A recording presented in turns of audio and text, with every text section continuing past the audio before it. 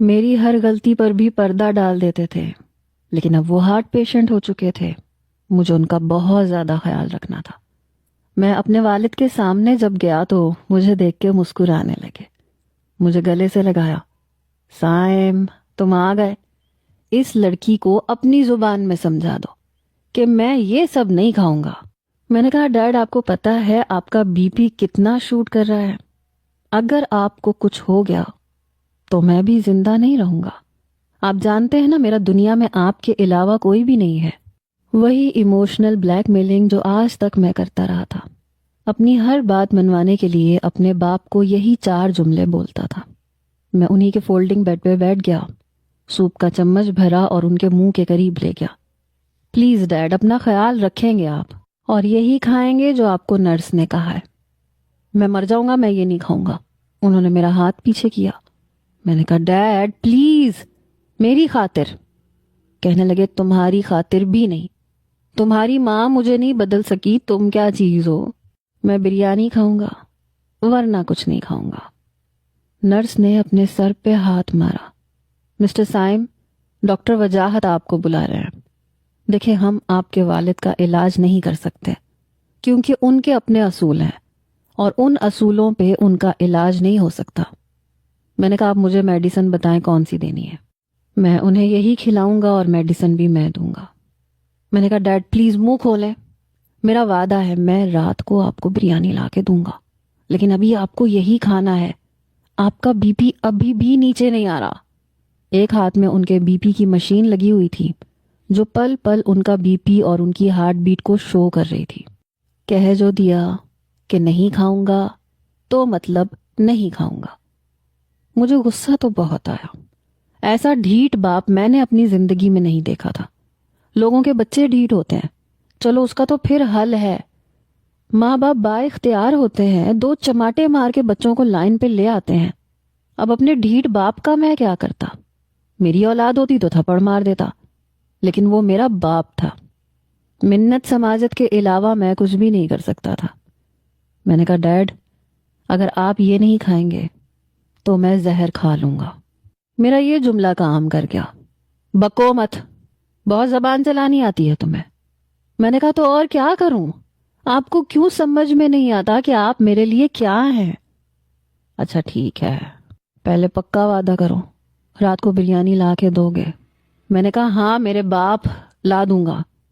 بہرحال اپنے ہاتھ سے میں نے اپنے باپ کو سوپ پلایا، پھر میڈیسن بھی دی۔ اس میں شاید نیند کی میڈیسن بھی تھی کیونکہ کچھ ہی دیر میں وہ سو چکے تھے۔ میں اٹھ کے ان کے کمرے سے باہر آیا، ڈاکٹر وجاہت کے کمرے میں گیا جو کہ میرے والد کا منتھلی چیک اپ کرتے تھے، وہ بھی میرے کہنے پہ، ورنہ جس حساب سے میرے باپ کا بی پی ہائی ہوتا تھا اور جتنے ان کے منہ کے چسکے تھے وہ تو ڈاکٹر کے پاس جانے کا نام ہی نہیں لیتے تھے۔ بہرحال ڈاکٹر نے ایک ڈائٹ پلان میرے سامنے رکھ دیا۔ دیکھو یہ آخری حل ہے، اگر تمہارے والد اس ڈائٹ پلان پہ پورے نہیں اتریں گے تو آئی ایم سوری ٹو سے انہیں کبھی بھی میجر ہارٹ اٹیک ہو سکتا ہے، اور تم جانتے ہو کہ سرجری وہ کروا نہیں سکتے۔ میں تم سے کچھ بھی چھپانا نہیں چاہتا، لیکن تمہارے والد کا کیس ان کے منہ کے چسکوں کی وجہ سے بہت زیادہ کرٹیکل ہو سکتا ہے۔ میں نے ڈائٹ پلان دیکھا، اس میں سے ایک بھی چیز ایسی نہیں تھی جو میرے والد بخوشی کھاتے۔ میں نے کہا میں کوشش کروں گا۔ ڈاکٹر وجاہت کہنے لگے کوشش نہیں کرنی، انہیں کروانا ہے ہر حال میں۔ صبح 1 گھنٹے کی مارننگ واک ان کے لیے بہت ضروری ہے۔